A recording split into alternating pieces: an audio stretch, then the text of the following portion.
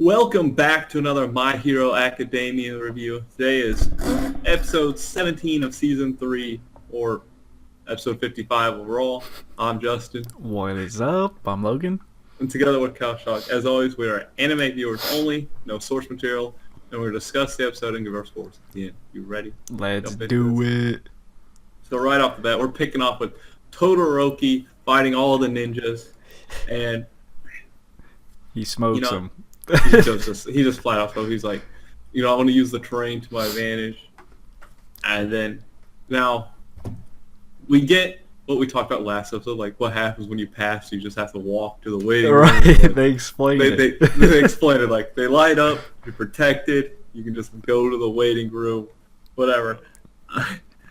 And I'm kind of curious. Do you think he took out all of them, or just hit the first two? I'd say all of them. Probably That's all of them. That'd be a Todoroki thing to do. Just like hit the first two and just keep taking balls, hit the others. It's like you can't do it as easily as Inasa can. Right. But he could do it. You know, he should have froze them in place for his teammates. Come on, man.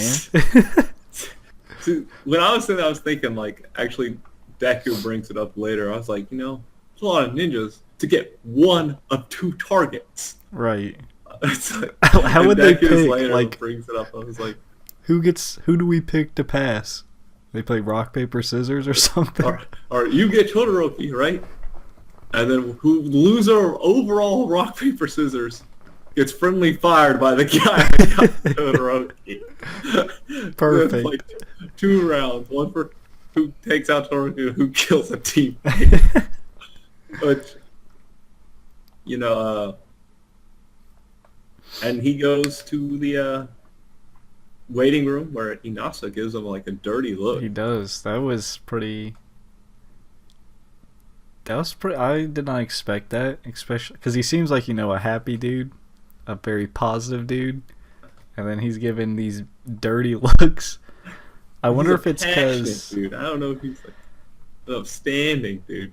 True, but I wonder if it's maybe because Todoroki was also a recommendation.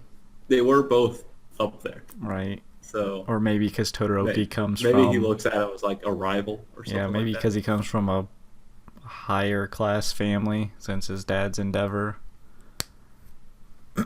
Who knows? True, we don't know too There's much something on there. Asa's family either, though. Right. So, but yeah, we go to the whole, Trophy, Momo, Jiro, and Shoji's group, where they bring up, we might have to just start fighting each other. Hey, it's like, I was brought this up before. People are starting to think it. Like, they're going to have to do it. Like, there's like, 20... At the end of this episode, there's probably like 20 slots left or something. They don't specifically say at the end of the episode. We know. Right. That they're starting to rack up. I think they say 70 had passed at one point or something like that. I know for sure they said 60 when this group of 4 passed. But still, 30's not that much. Yeah, so you're like, a lot of groups are going to have to start thinking, like, we're going to have to start fighting. Or just be like, rock, paper, scissors. Rock, paper, scissors.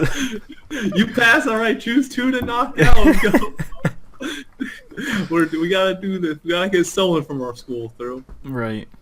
Like, that's what I was thinking, like, they get trapped by, like, the lady, Sai, who's, like, some high class. This is our big brain plays coming out here. High IQ. Yeah. Seiya Academy, Psycho is her name. Her quirk is just IQ. She's super small. She's already a genius at 150, but then with some little tea, tea and biscuits, she's like, BAM! Who knows what her IQ is? It depends on the tea. All right, it could jump up probably from like. She could probably get negative effects if she doesn't like the tea. Right. And if it's good, she could have like 500 IQ. Making those 500 IQ plays. But good thing, UA has a high IQ player of their own. What's Momo's base IQ? 200, 180, 190? She is smart. I do like how it was, kind of focused around her, since we seen in the past her weakness was like not being able to make those quick decisions, and it Or shows the like tough calls, at least. right, and now it shows like she's at least prepared to like try and like Yeah, her and actually multiple others start, thinking like, what would Deku do in this situation? Like, yeah, that was what super cool too. and, Like like Shoji think about it, he's like, if I have the option, I'll save both. right, And Momo's thinking about it like, oh, I just went in to save them. yeah, You know? that part was super, especially what Aizawa said like at the end. Yeah, with Aizawa and Joke, yeah. Where he's just talking really highly of Bakugo and Deku. Right, he's like these two are like, one of them's always at the center of one of the problems, and these two are the ones that like they might not be the leaders or like, but they inspire motivate the everyone. most. Yeah, they inspire everyone. It's like it brings out the best of them, which is what's happening here. Especially when I'll give it to Lady Sai. She came up with a good plan. She did have a good plan. I still don't know how the passing was. They could get 2 out of like those 20 to pass, but it looked like she was like, she's like that high class, like I own you kind of type, right? Yeah. Well, we did see she was super selfish because she's like, why would you guys come back for like your classmate?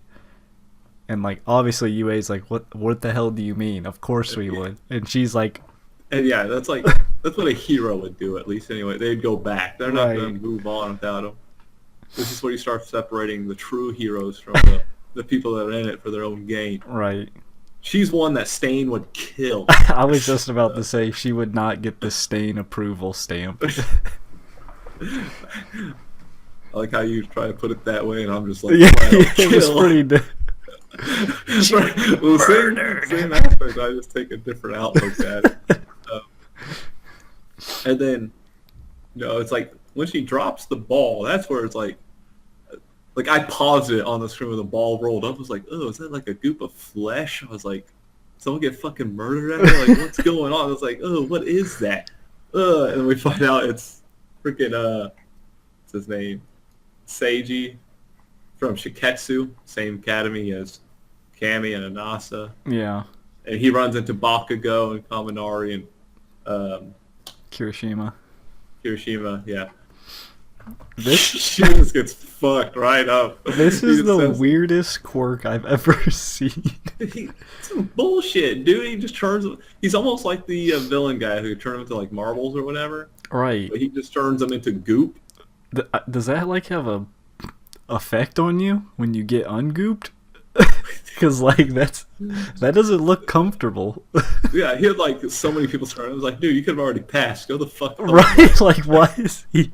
Why are you waiting for Bakugo or something? You could have been done. It's like,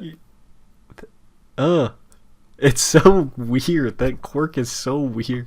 Makes me uncomfortable. It does, and it's like, yeah, so like ungoop. Like, how long does it last? Right. Can he keep it on you permanently? Does he have to willingly let it release or to stop working if you kill him before he releases it? Are you just stuck as goop and die? I'm assuming there's a time limit because usually like quirks have like a weakness of some sort, but who knows? He needs to knock. We need to get rid of this guy. We need to beat him quick. I ain't about to see more people get gooped. And then he has to fight Bakugo. Bakugo is just like, show me your moves. Like, basically just says, stop talking. Just show me what you got. Show me your moves. Because, yeah, we're definitely going to have to see. Because you can't get touched by him. It looks like you just get insta-gooped. It's just, ugh. Yeah. Ugh, please, no. Bakugo's pretty smart. He knows how to... He's very combat experienced too. Combat oriented. He's got the experience. He's got the focus. He's got. I just how like Asia. As soon as he got gooped, he was able to say something. He was like, "What the hell's going on?" Can they still talk like fully goop? Is he gonna be like yelling during the fight and stuff? Like, come on, Bakugo, ungoop me. Ugh. I don't even want to think about that anymore. I hope that goes by quickly. Right, I don't want to see. Ugh. And of course, Deku's group's kind of him. Sarah and Uraraka. They're basically just trying to, they got the full group coming for them. Yeah. At least they have more than enough targets to pass. Whereas the other school does not have enough targets to pass. Right. Which is going to be interesting because Shindo's part of that group, who's like the main focus from Ketsubutsu Academy. So yeah, I think there's gonna be a casualty, like a trade. Maybe like Sero gets taken out by him, so he passes, but then Deku and Uraraka both pass. Yeah, because I feel like there's no way, because even joke with Aizo says she mentioned Shindo again in this episode. There's a build-up joke in her student, and then just have him fail. Unless all right, bye, joke. Right. Not even 3 episodes. We're done with you. Just get out of here. Yeah, I'm also assuming, I guess, the rest of UA, since we haven't seen them, maybe they're just not gonna pass at all. Sure, we haven't obviously Momo, Froppy, Jiro, and Shoji. They all passed. Yeah. Got them. Todoroki's passed. Right. That's it. Just those 5, right? So far. Yeah. We got maybe one of them one of the ones that aren't shown get taken out by Shindo. Maybe Right. he splits from that main group and goes to fight some others. Because we haven't seen Useless Ant Boy, Bug Boy or whatever. Yeah. We haven't We haven't seen Minato. We haven't seen Naval Laser. We haven't seen him in 10 episodes, to be honest. We haven't seen half the class pretty much since after the first one. Yeah. But yeah, who knows? Yeah, I wouldn't be surprised if some of them go up. Maybe Sarah was going to pass with them because Deku's using them for restraining and stuff like that. So back up. All right, just whenever. Oh, okay. So yeah, I'm assuming Sarah's going to pass with them, but Shindo's definitely going to have to pass. I feel like he has to pass, at least with Joe. Pretty much. Well, I was going to say all the primary ones they've shown would pass, but I guess Bakugo and the Goop guy, one of them are going to have to fail. I mean, the Goop guy, at least, he could at least take a couple out before he gets taken out. I mean, he could have already passed, so if he fails, that's his own damn fault. That is true. He had plenty of victims there. Right. We only got 4 people named from Ketsubutsu, but I don't know because Boomerang, Telescopic, and the Stiffening person, Makabe, Todoki, and Tatami. I don't know if we'll see them pass because I was named ones will pass, but then we got Lady Sai, who was named but didn't pass. So right, but she wasn't yeah, but she's from random academy that came out of fucking nowhere in this episode, the ninja people. And I'm guessing Cammy's gonna pass off screen. Probably. Yeah, I'd bet that too. But yeah, I mean that's pretty much the episode. Yeah. Want to jump into scores? Sure. You want me to go?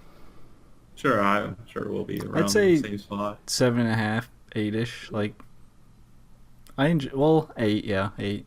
I was oh, never mind. You're gonna be a little lower than me. I'd say 8. I like the focus on, Momo. Yeah, Momo and that group. Even though it was mainly Momo, but it was good to see her how she's come a long way since, back in the first, whatever it was called, the tournament. I forgot what the event's called, but whatever. You know what I'm talking about. Yeah, the festival thing. Yeah, the festival. That's it.